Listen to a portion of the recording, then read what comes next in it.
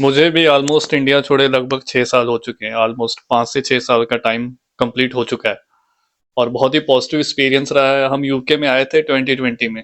जनवरी intake में MBA करा था, मैंने एडमिशन लिया था यूनिवर्सिटी ऑफ वूस्टर में। और आप सबको पता है कि उसी टाइम 1-2 महीने बाद कोविड स्टार्ट हुआ था, 2020 में हुआ था ये। और जो कि 1.5 साल लाइक पूरी ग्लोबल इकोनॉमी सब कंट्रीज के हालात खराब होते, पार्ट टाइम जॉब नहीं था, मतलब बहुत बुरा टाइम था वो। बट वो टाइम हमने निकाला और आज बहुत अच्छी जगह पे स्टैंड कर रहे हैं। और भाई लाइफ में बहुत सुकून है, शांति है। और 5-6 साल ऑलमोस्ट हो चुके हैं। बीच बीच में ऐसे मैंने वीडियो बनाए थे, आज से 2 साल पहले भी एक मैंने वीडियो डाला था कि मैं इंडिया शिफ्ट कर जाऊं, क्योंकि इमोशन आ जाते हैं ना। इमोशन आ जाते हैं अंदर, अपनी कंट्री की याद तो आती है। देखो कुछ चीजें ना आपको यूके में अच्छी लगेंगी, कुछ चीजें आपको यहाँ पे नहीं अच्छी लगेंगी, कुछ चीजें आपको जो इंडिया में अच्छी लगेंगी वो आपको सब, देखो आपको हर एक चीज सब जगह नहीं मिलेगी। समझ रहे हो, मतलब जो बेनिफिट आपको यहाँ पे मिलने हैं ना वो फिर इंडिया में नहीं मिलेगा। जो इंडिया में कुछ चीजें मिलती हैं वो यहाँ पे नहीं मिलेंगी, मतलब वो आपको कुछ सेक्रीफाइस करना पड़ेगा। वो आप कब कर पाओगे सेक्रीफाइस, जब आप जगह पे रहोगे, जब आप चीजों को प्रैक्टिकल एक्सपीरियंस करोगे। आज मैं 5-6 साल रह चुका हूँ अब्रॉड। इंडिया छोड़े मुझे इतना टाइम हो गया, मेरे साथ में है नॉन में जो इनको बहुत टाइम हो चुका है छोड़े। तो जब आप चीजों को प्रैक्टिकल एक्सपीरियंस करते हो ना, फिर आप डिसीजन ले पाते हो। अब कुछ ऐसे भी हैं कि 3-4 साल 5 साल रह के वापस इंडिया चले जाते हैं। ठीक है, उनका फैमिली बिजनेस है, कुछ है, बट वो कर रहे हैं। बट एक टाइम ऐसा भी आता है कि वो थोड़े टाइम बाद रिग्रेट करते हैं कि भाई इंडिया नहीं शिफ्ट होना चाहिए था। ठीक है। वीडियो बहुत ही ज़्यादा इंटरेस्टिंग है आज वाली। मैं आपसे बात करना चाहता हूँ कि क्यों आपको इंडिया छोड़ना चाहिए, क्यों इंडिया से बाहर निकलना चाहिए अगर आपको अपॉर्चुनिटी मिलती है। स्पेशली जो भी स्टूडेंट्स मिडिल क्लास फैमिली से बिलोंग करते हैं। हम मिडिल क्लास वालों की बात करेंगे क्योंकि मैं खुद वहां से आता हूँ। तो जितने भी हैं स्टूडेंट जो भी डिग्री कर रहे हैं, अपनी कंप्लीट कर रहे हैं, कोई +2 कर रहा है, कोई ग्रेजुएशन कर रहा है, तो ये वीडियो जरूर देखना और अपने पेरेंट्स को जरूर दिखाना। आपको मैं मोटिवेट करूंगा। लाइफ बहुत अच्छी है अब्रॉड में। मैं ऐसा नहीं बोलता कि आप यूके ही आओ। मैं यूके के एडमिशन्स करवाता हूँ स्टूडेंट्स के, है ना। तो मैं यूके की बात कर रहा हूँ, ठीक है। बट आप किसी भी कंट्री में जा सकते हो। अब्रॉड में सभी कंट्रीज में लाइफ बहुत अच्छी है, स्पेशली अगर आप यूरोप में भी आते हो। यहाँ पे भी अच्छी अच्छी कंट्रीज हैं यूरोप में, यूके में। न्यूजीलैंड, ऑस्ट्रेलिया, कनाडा, इन कंट्रीज में जाते हो। बट वहां पे न्यूजीलैंड, ऑस्ट्रेलिया, कनाडा इस टाइम पे जो इनकी वीजा पॉलिसी है बहुत स्ट्रिक्ट होती जा रही है। जो वीजा सक्सेस रेशियो है बहुत कम हो चुका है। तो वो बहुत मैटर करता है कि आपको वीजा लेना भी है। कि आपको वीजा मिले है कि आप फीस इतनी भर दी, एम्बेसी फीस भर दी, हेल्थ इंश्योरेंस भर दी, at the last moment visa reject हो गया, तो कितना दुख होता है। ठीक है, दुख बहुत होता है। वो फीलिंग पता है कैसी होती है, मुझे पता है।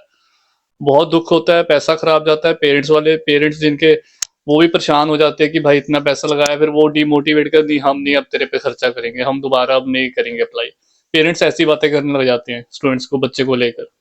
और ये होता है।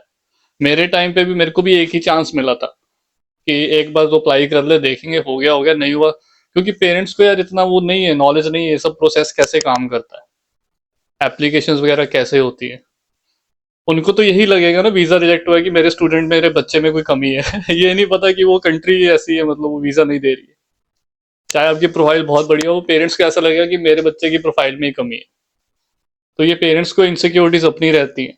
और वो कहते हैं कि हम एक ही चांस, दो चांस, बस इसके बाद दोबारा नहीं अप्लाई कर सकता, और स्टूडेंट अपना अलग टेंशन में आ जाता है। तो UK is the best option. इसीलिए मैं यूके कहता हूँ कि अगर आप प्लान कर रहे हो तो आप आओ, एटलीस्ट आपके पास 4-5 साल की स्टे रहेगी। अगर आप मेरे थ्रू अप्लाई करना चाहते हो यूके के लिए, डिस्क्रिप्शन में एक बार नजर मार लेना, वहां पे मैंने फॉर्म दे रखा है।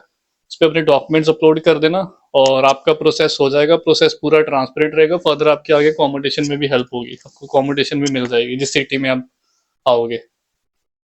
अभी इस टाइम पे इंडिया में भीषण गर्मी हो रही है, आप सबको ऑलरेडी पता ही है। यहाँ पे देखो भाई साहब, मैं अभी अंदर ही हूँ, हुडी पहन के बैठा हूँ। ठीक है, हुडी पहनी हुई है। कोई इतना क्लाइमेट अच्छा है यहाँ पे, सारा साल बढ़िया रहता है। वो जुलाई में पड़ती है। अभी घर पे फ्रेंड के साथ बात हुआ मेरा सुबह सुबह। वो कह रहा है हरनीत यार 2-3 दिन से तो यहाँ पे मतलब कभी इतनी गर्मी पड़ी नहीं, पिछले सालों की बात कर रहा है। पटियाला की बात कर रहा हूँ मैं, पंजाब में। पटियाला सबको पता ही है, पंजाब में जो अपनी सिटी है एक। तो इतनी गर्मी मतलब सब जगह पड़ रही है, अकेले पटियाला की बात नहीं कर रहा, नॉर्थ इंडिया में सब जगह गर्मी पड़ रही है। और वो ये कह रहा था कि भाई इतनी गर्मी तो पहले कभी हमने देखी ही नहीं, लाइक पिछले सालों में। कि गर्मी तो हर साल ही पड़ती है। और इस बार जो बेमौसमी बरसात हुई है मार्च में, आपको पता है भाई पंजाब में, हरियाणा में लोगों की, राजस्थान में फसलें बहुत खराब हुई हैं। क्रॉप्स बहुत डैमेज हुआ है, जो बेमौसमी बारिश हुई है ना, ओले पड़े हैं, मतलब आपको लग रहा है ना, आपको नहीं पता होगा। जो बेचारे खेती बाड़ी करते हैं उनको पता है। फिर वो लोग कहते हैं कि ये खेत पंजाब खाली क्यों हो रहा है, हरियाणा खाली क्यों हो रहा है, लोग अपने खेत बेच बेच के बाहर निकल रहे हैं।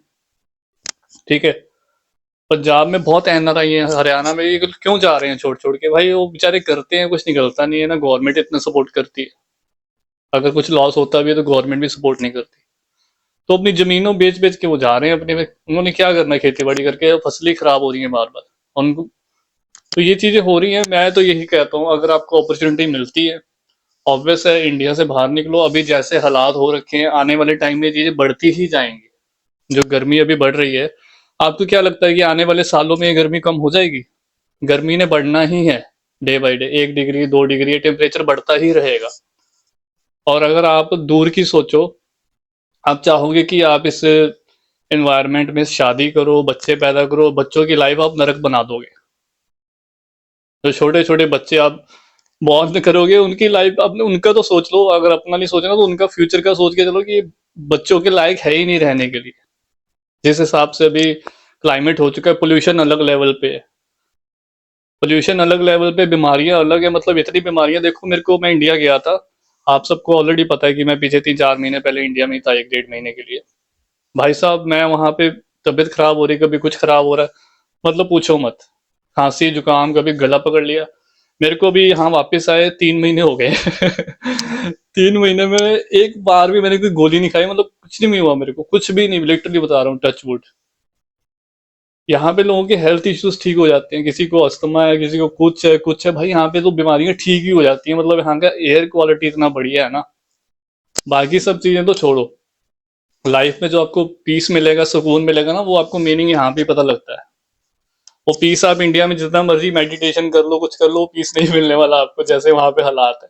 यहाँ आप मेडिटेशन नहीं भी करोगे ना आप पीस में, बंदा मेडिटेशन क्यों करता है ये बताओ मेरे को? मन की शांति के लिए, है ना। सुबह सुबह आप योगा कर रहे हो, मेडिटेशन कर रहे हो, बट वहां पे कर लो जितना मर्जी नहीं मिलने वाला आपको। यहाँ पे अगर नहीं भी करोगे ना, यहाँ पे सिर्फ आप पता क्या करो, यहाँ पे सिर्फ आप वॉक के लिए चले जाओ बाहर, बस। वो आपको ऐसा, वो आपका मेडिटेशन ही हो जाएगा।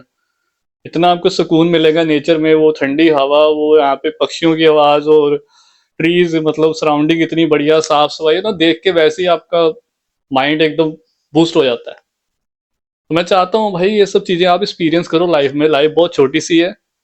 आप यहाँ पे कोई 1000 साल की तो आपकी जिंदगी नहीं है। ठीक है, कि अपन 1000 साल जीना है तो हाँ भाई चलो कोई बात नहीं, फिर हम देखते हैं ना। अब छोटी सी जिंदगी है, 50 60 70 80 जितनी भी है ना, किसी को पता भी नहीं कितना जीना है। तो आपको अपॉर्चुनिटी मिलती है, घर वालों को रिक्वेस्ट करो, जो भी करो, है ना, निकलो सच बता रहा हूँ, पेरेंट्स को भी मैं यही बोलूंगा कि आपने बच्चों, देखो मुझे पता है अटैचमेंट होती है ना। कोई भी पेरेंट नहीं चाहता बच्चा हमको छोड़कर, है ना, 20 साल का हो गया, 25 साल का हो गया है, हमें छोड़कर अब्रॉड जाए। बट एक बार वो चला गया, सेटल हो गया, तो आपका जो ड्रीम था, आप कभी नहीं निकल पाए अपने टाइम में, आपका आगे का बढ़िया हो जाएगा ना, आप अपने बच्चे के पास जा सकते हो। अभी यूके में क्या सीन है, पेरेंट्स हैं जो 6 महीने के लिए आ सकते हैं आराम से। अगर कोई भी यहाँ पे स्टूडेंट आया है, उसने स्पॉन्सरशिप ली है, देखो देते नहीं है ये लोग पीआर वगैरह, बट हाँ 6 महीने का वीजा तो मिलता है ना, टूरिस्ट वीजा। 6 महीने का, 2 साल का, आगे फिर 5 साल का भी मिलता है टूरिस्ट वीजा। तो आप 6 महीने तो स्टे कर सकते हो ना बच्चे के पास, साल के 6 महीने तो लाओगे, तो आगे आपका भी बढ़िया हो जाएगा। आप ये मत सोचो कि बच्चा हमको छोड़ के जा रहा है, हमें भूल जाएगा, ऐसा नहीं होता है, कोई भी नहीं करते हैं। और मैं तो यही बोलूंगा, इकोनॉमी की हालात भी अपनी अच्छी नहीं है। इंडियन इकोनॉमी की बात कर रहा हूँ, पाउंड रेट देख लो कहाँ जा रहा है, और जो यूएसडी है वो कहाँ जा रहा है, आईएनआर, इंडियन रुपए की वैल्यू गिरती जा रही है, महंगाई भी बढ़ रही है, और अभी हालात अच्छे नहीं है। सीधी सी बात, फसलें खराब हुई हैं, ये पूरा सर्कल चलता है। जब से वो वॉर चल रही है, चीजें महंगी हो रही हैं। अभी कुछ इलेक्शंस हैं, उसकी वजह से अभी रोक रखा है, एक बार इनको हो जाने दो, फिर आपको पता है प्राइस देखना। फिर आप एक बार फिर ये सब निपट गया ना, फिर आप प्राइस देखना कितने हाइक हो जाएंगे एकदम से, फिर आपको पता लगेगा।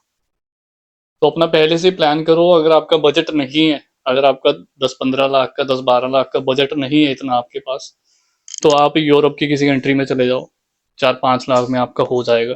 वहाँ भी बहुत अच्छी अच्छी कंट्रीज हैं। यूके में तो आपका 10-12 लाख में मिनिमम हो सकता है, अगर आप सेमेस्टर की फीस भर कर आते हो, फंड शो करते हो, इतने में हो जाता है यूके का। तो ये एक वीडियो बनाना था, आपको मोटिवेट करना था। बहुत अच्छी ज़िंदगी है as compare to India. India से बाहर निकलो तो बढ़िया ही रहोगे। और जिनके जॉब वगैरह भी जो इतनी हाई हाई प्रोफाइल कर रहे हैं बहुत अच्छी खासी, वो भी यूके में आ चुके हैं, आए भी है पिछले सालों में। उनका कहते हैं भाई वर्थ इट है, हमारा डिसीजन अच्छा रहा। लाख लाख की सैलरी छोड़कर भी आए हैं। स्टार्टिंग आपको जीरो से करना पड़ेगा, यूके में स्ट्रगल रहेगा बट वर्थ इट रहेगा जब आप रियलाइज करोगे, जब आप कंपेयर करोगे लॉन्ग टर्म में। स्टार्टिंग में दिक्कत आएगी, ठीक है। और मैं अपना भी बता रहा हूँ भाई, मैंने इंडिया जाके ना 3-4 साल बाद मैंने ट्राई भी करा, मैं रह कर देखता हूँ 1-2 महीना 3 महीना। मैं घुमा भी हूँ, साउथ इंडिया में मैं घूमने गया था, आपको पता है। और मैं देहरादून वाली साइड भी रहा था, उधर भी मैं घूम के आया था, देख के आया था सारा। कुछ भी कर लो सब जगह ऐसी है। अभी तो देहरादून भी भाई कंक्रीट बन गया है ऑलमोस्ट। नहीं तो देहरादून बहुत बढ़िया था, कंक्रीट बन गया, मतलब पूछो मत। वहां पे जो बिल्डर बैठे हैं। अब मैं वीडियो बहुत लंबी हो जाएगी, जब मैं लगा रहा तो बातें करता रह जाऊंगा 2 घंटे आपसे। कंक्रीट जंगल बना दिया, बिल्डर को अपने पैसों से मतलब है। पेड़ काटते रहो। सेस्टर हर रोड पे भाई 2500-2000 के आसपास पेड़ था। जो देहरादून में रहते हैं उनको पता होगा, मेरा फ्रेंड है, मैं मिल के आया था, रहा भी वहां पे मैं थोड़ा टाइम। सहस्त्रधारा रोड बहुत प्यारी थी पहले। उसके बाद उन्होंने सड़क चौड़ी करने के चक्कर में भाई पूरे 2000 पेड़ काट दिए, ठीक है। खलंगा में भी होने वाला था, वहां पे बचाव हो गया। तो मतलब ये सब चीजें हो रही हैं। इसीलिए बेटर यही है, यहाँ पे नेचर का बहुत मतलब इनको पता है, नेचर इज लाइफ, ठीक है। तो वीडियो एंड करते हैं। किसी को कुछ बात करनी है मेरे साथ, मैंने लिंक दे रखा है टॉपमेंट वाला, मेरे साथ पर्सनली आप बात कर सकते हो। वो पेड रखा हुआ है, मैं अपना टाइम दे रहा हूँ आपको। और एप्लीकेशन का बता दिया। इंस्टा पे मैसेज करने के बजाय ना डॉक्यूमेंट्स मेरे को आप ईमेल भी कर सकते हो, फॉर्म भर सकते हो, मैं आपको डायरेक्ट कांटेक्ट कर लूंगा। 1 से 2 दिन में आपका प्रोसेस हो जाएगा। अपना ध्यान रखिए, टेक केयर, बाय।